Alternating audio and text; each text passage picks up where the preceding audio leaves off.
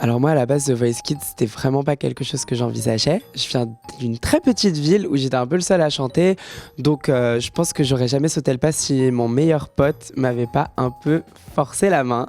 Donc en gros, mon meilleur ami Nemo m'a inscrit sans que je le sache. Et donc je savais vraiment pas ce qui se passait. Et un jour, en fait, on m'a appelé, on m'a dit oui, donc le casting de The Voice Kids, bah, vous avez été présélectionné. C'est le 28 août et j'étais là, ah non, non, non, non, non, non. Et après, j'ai réfléchi un peu et je me suis dit, oh, pourquoi pas. Et je pense que j'étais un peu. J'avais peur, mais vu qu'on avait déjà fait la démarche et qu'ils avaient dit qu'ils avaient bien aimé ce qu'ils avaient reçu, vu qu'il avait envoyé genre une vidéo de moi qui chantait, je me suis dit, bon, mais s'ils aiment bien, ça veut dire que c'est peut-être quelque chose que je peux faire. Et voilà, j'ai sauté le pas. Je suis très très heureux d'avoir participé à ce programme. À la base, j'avais peur, comme je l'ai dit, mais finalement, c'était vraiment une expérience humaine de ouf et professionnelle aussi. C'est-à-dire que j'avais jamais fait de scène, donc j'ai commencé à faire de la scène direct sur un gros truc, donc ça m'a direct dans le grand bain. Mais en même temps, on était grave accompagnés. Et vu qu'on était tous des enfants, on nous traitait un peu, on nous traitait comme des enfants et c'était un peu ambiance de colonie de vacances et donc c'était très très fun. J'ai jamais senti l'esprit de compétition et j'ai appris beaucoup de choses sur la musique, sur la scène, sur comment comporter, comment parler en interview et tout. Donc je retiens que du bon.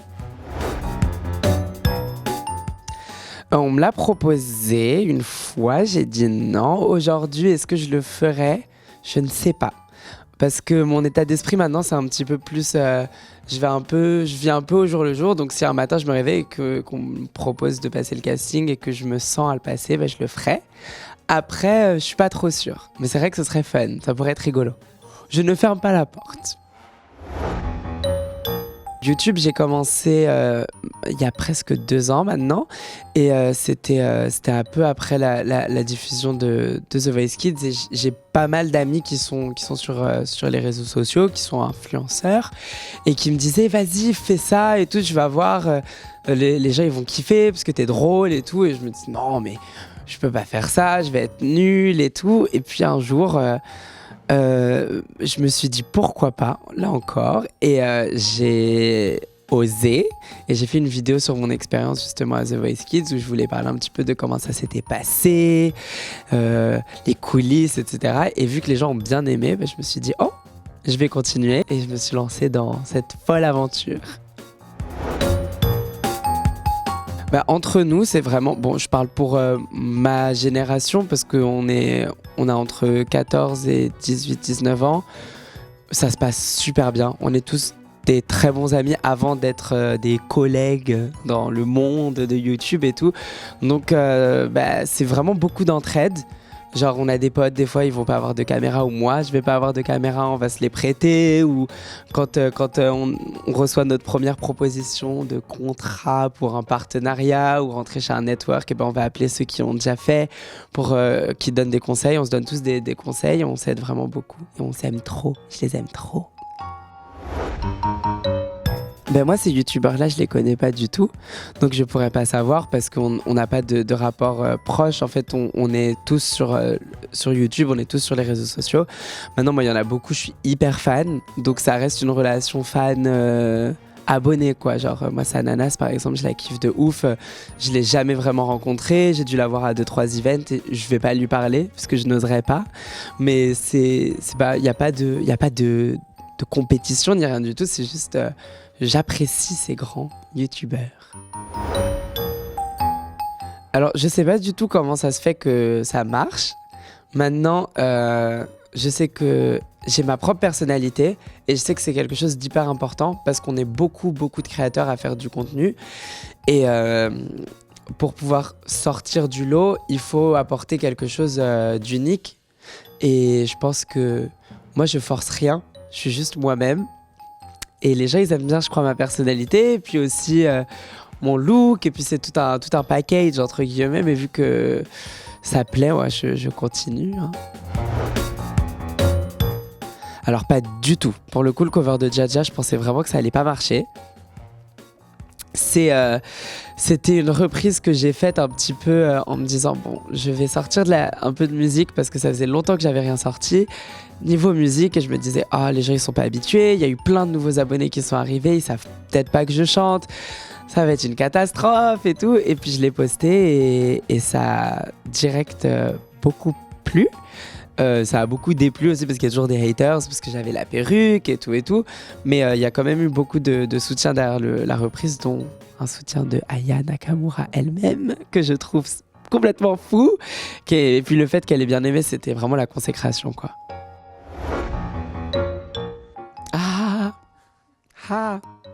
Donc ça, vraiment, pour le coup, c'est le choc de l'année, du siècle, de tout ce que tu veux. Je n'ai pas compris ce qui s'est passé. En revanche, je suis vraiment heureux, très très très très content. Donc j'ai juste fait une playlist avec les chansons que j'aimais bien. Et dans les chansons que j'aime bien, en ce moment, il y a Made for Now de Janet Jackson qui est un bop. Écoutez-le, c'est trop une bonne chanson. Et puis elle l'a partagée et j'étais comme un ouf. Je sais pas comment l'expliquer, c'était un truc de malade.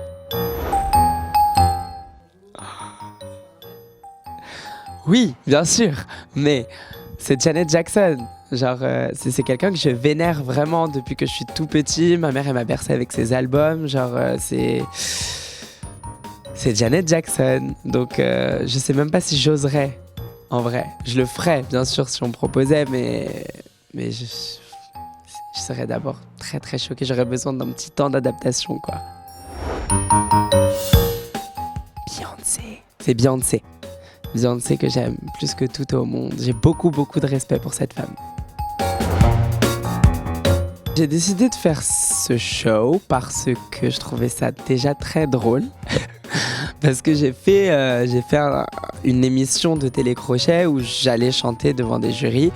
Et l'idée de passer à jury, je trouvais ça plutôt fou, mais aussi fun.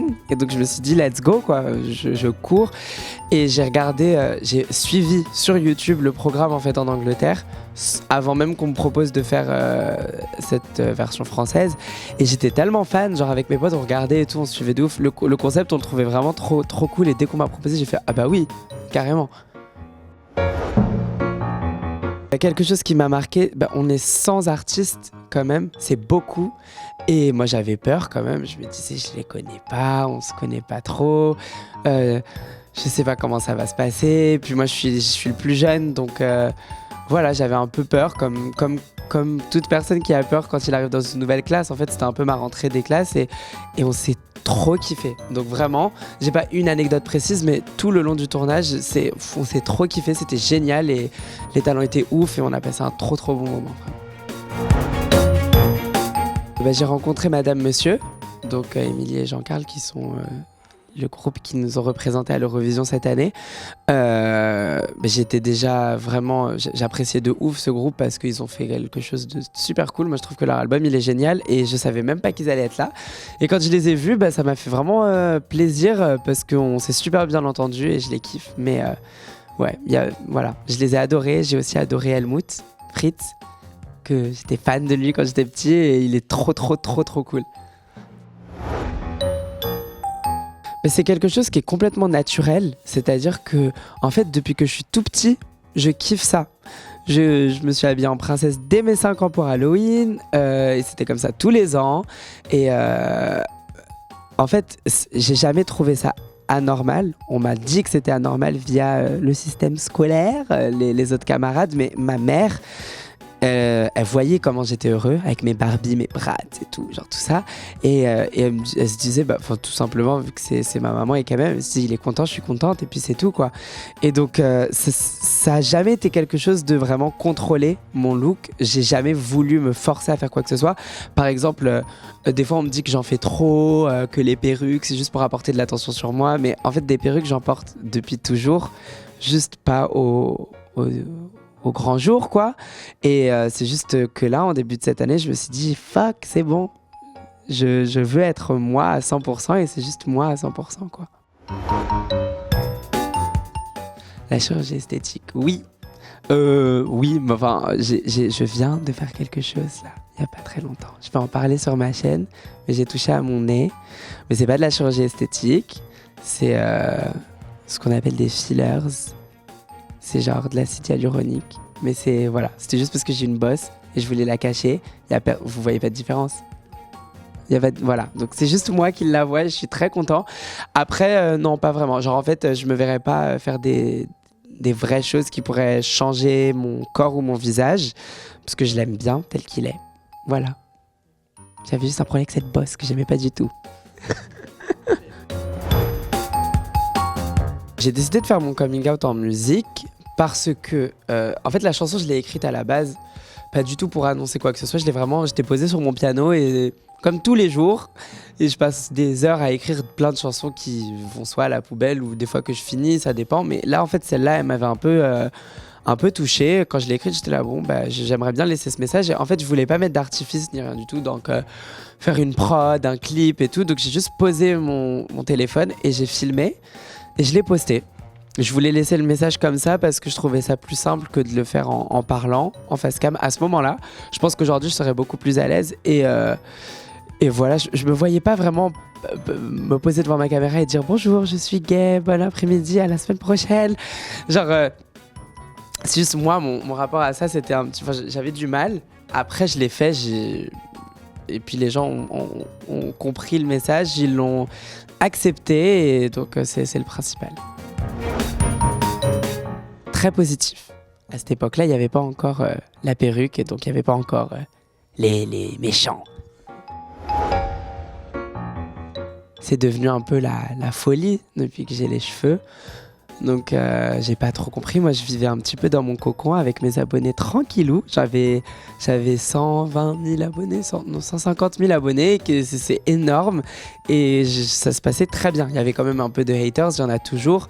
Parce que j'ai toujours été pareil, j'ai jamais changé. Mais juste en fait, le physique en fait, qui a un peu shifté, a ramené beaucoup de haine que je peux pas dire que je comprends pas parce que c'est un peu logique ce qui s'est passé parce qu'on vit dans une société où il y a encore beaucoup de trucs à régler par rapport à ça et je fais avec hein, bien sûr, moi j'arrête pas, mais en tout cas c'est grâce à eux que j'ai pu ouvrir encore plus, j'ai pu m'ouvrir encore plus, ce qui me donne la force d'y aller encore plus fort quoi.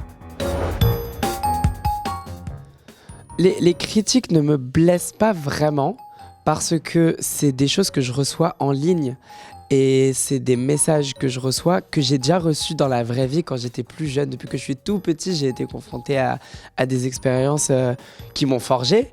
Et donc aujourd'hui, avoir des méchants commentaires, c'est pas grand-chose. Maintenant, j'ai une famille qui des fois voit des choses. Et moi, ma famille, je vis avec ma mère et mon frère. Mais tout le reste de ma famille sont soit au Maroc, soit à Singapour, ils sont un peu partout dans le monde et ils sont pas avec moi, donc des fois ils peuvent avoir très peur pour moi et le fait qu'ils soient pas là physiquement pour m'aider, ça les frustre. Et donc c'est juste ça qui m'énerve un peu, c'est de devoir les rassurer tout le temps et de leur dire vous inquiétez pas, il s'est rien passé et tout, parce que c'est normal, ils stressent quoi.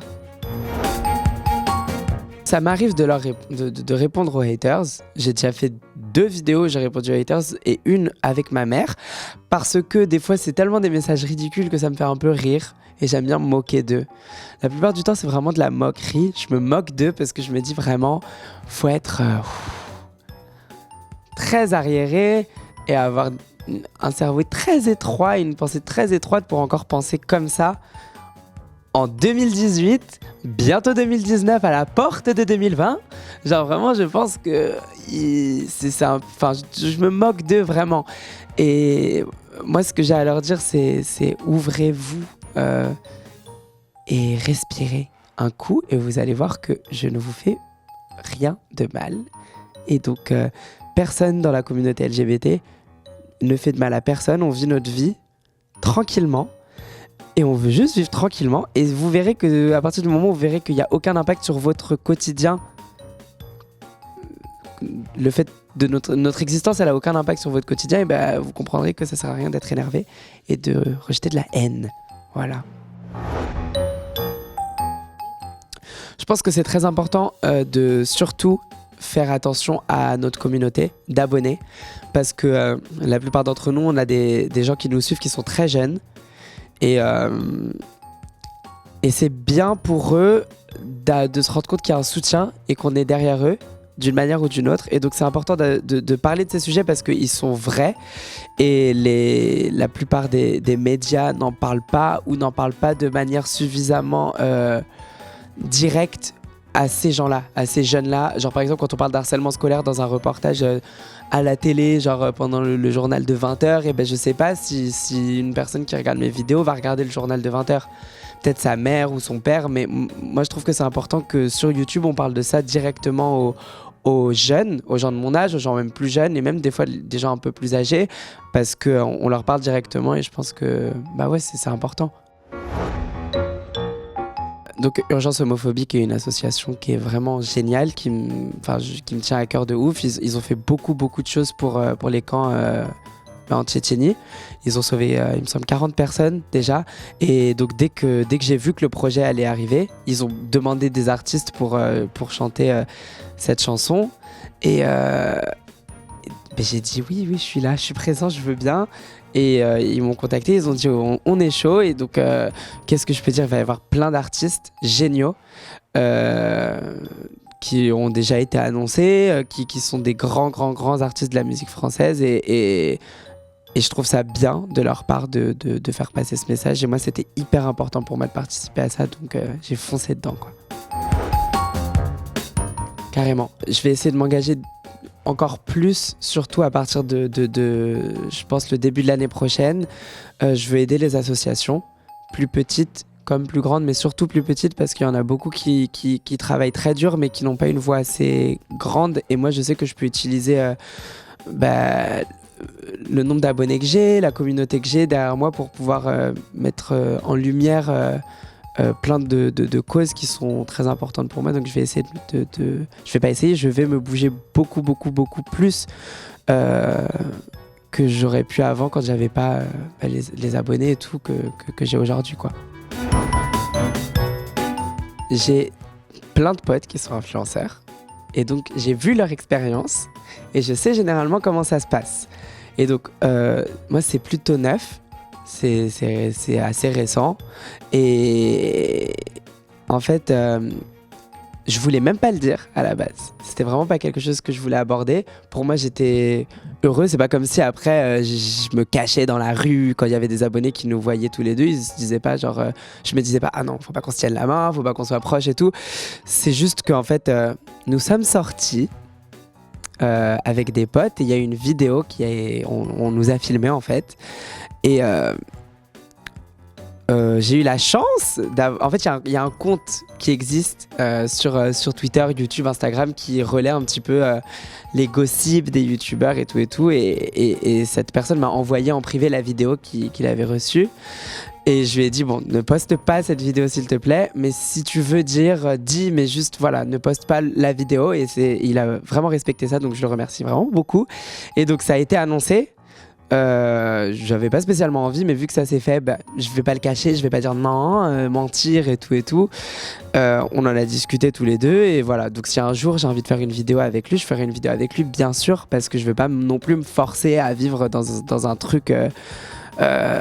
Je suis pas Beyoncé, quoi. J'ai pas besoin de faire tout un truc de pillard caché, quinquinquin et tout. Genre, si je me sens à faire une vidéo avec lui, je ferai une vidéo avec lui. Si je me sens à faire une photo, je le ferai. Maintenant, je veux pas que ça soit mon fond de commerce, mon couple, quoi. Parce que je vois beaucoup d'influenceurs, des fois, qui mettent beaucoup en avant leur couple. Et des fois, c'est complètement naturel. Ils le font vraiment parce qu'ils ont envie. Mais je vois comment ça déteint, des fois, sur d'autres choses. On parle plus trop de leur contenu. Et c'est pas du tout vers ça que je veux aller, quoi. Alors, YouTube, je compte pas du tout arrêter. C'est-à-dire que en début d'année, j'étais un petit peu parti dans une autre optique où je me disais je vais me focus complètement sur la musique et arrêter les vidéos. Et un jour, j'ai eu un déclic un petit peu par la vie qui m'a dit fais les choses qui te font plaisir. Et donc, à partir de maintenant, je vis vraiment en mode si je kiffe faire, je fais. Si je kiffe pas, je fais pas. Et donc pour l'instant, je kiffe de ouf faire les vidéos sur YouTube et donc je continue à en faire. Donc je vais en faire plein. Il y a un showcase qui va arriver là dans Ça, c'est le 24 octobre. Donc je vais essayer de faire ça plus souvent. Je veux vraiment faire de la scène. Là, c'est vraiment pas une scène. C'est dans un contexte beaucoup plus intimiste. Je vais voir que quelques abos pour qu'on puisse passer un moment, une matinée puis une après-midi ensemble et tout. Mais j'aimerais vraiment faire une tournée. Ce serait vraiment sympa parce que je suis chanteur aussi et je veux montrer ça et je veux sortir plus de musique. Des choses arrivent bientôt, mais je préfère ça en soum soum. Ça arrive bientôt.